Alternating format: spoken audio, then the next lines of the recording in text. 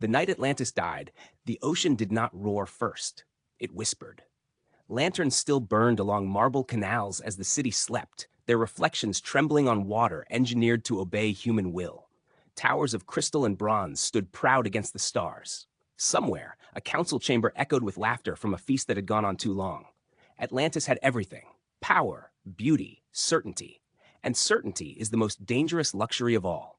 They believed they were chosen. Generations earlier, the city had risen from the sea as a marvel of balance, stone rings and waterways aligned with the sky, laws written to protect harmony between ambition and restraint. Their ancestors taught that greatness survived only when it bowed to order greater than itself. But centuries passed, victories piled up, enemies fell. The old warnings became ceremonial words, recited without weight. Power changed the city's posture. What was once stewardship became domination. What was once wisdom became entitlement. On this final night, a young engineer named Thalion stood on a terrace overlooking the inner harbor. He had designed floodgates meant to tame storms, not summon them. As he rested his hand on cold stone, he felt it, an unease that crawled up his spine. The water below pulsed, not with waves, but with breath. In, out. As if the sea itself were alive and listening. Deep beneath the streets, the earth shifted. At first, it sounded like distant thunder. Then the ground snapped. Canals buckled, towers shuddered.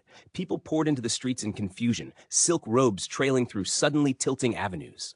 The great rings of Atlantis, symbols of perfection, fractured like clay bowls, dropped from a careless hand. Thalion ran. He saw statues crack at the knees, their proud faces shearing away mid-smile. He saw soldiers throw down weapons to pull strangers from collapsing bridges. He heard prayers shouted in desperation, not devotion. And above it all, the sea began to rise, not in anger, but in judgment. This was the turning point. Not when the ground broke, but when Atlantis understood.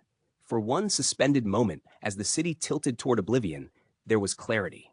The realization that brilliance without humility becomes a weapon turned inward.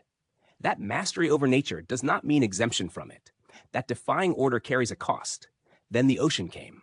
Water swallowed fire. Stone vanished.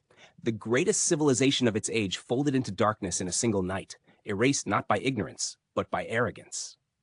By morning, there was only sea. Atlantis did not disappear because it lacked knowledge. It vanished because it forgot restraint. And that may be the most unsettling part of the legend, because it is not a warning to the foolish, but to the powerful.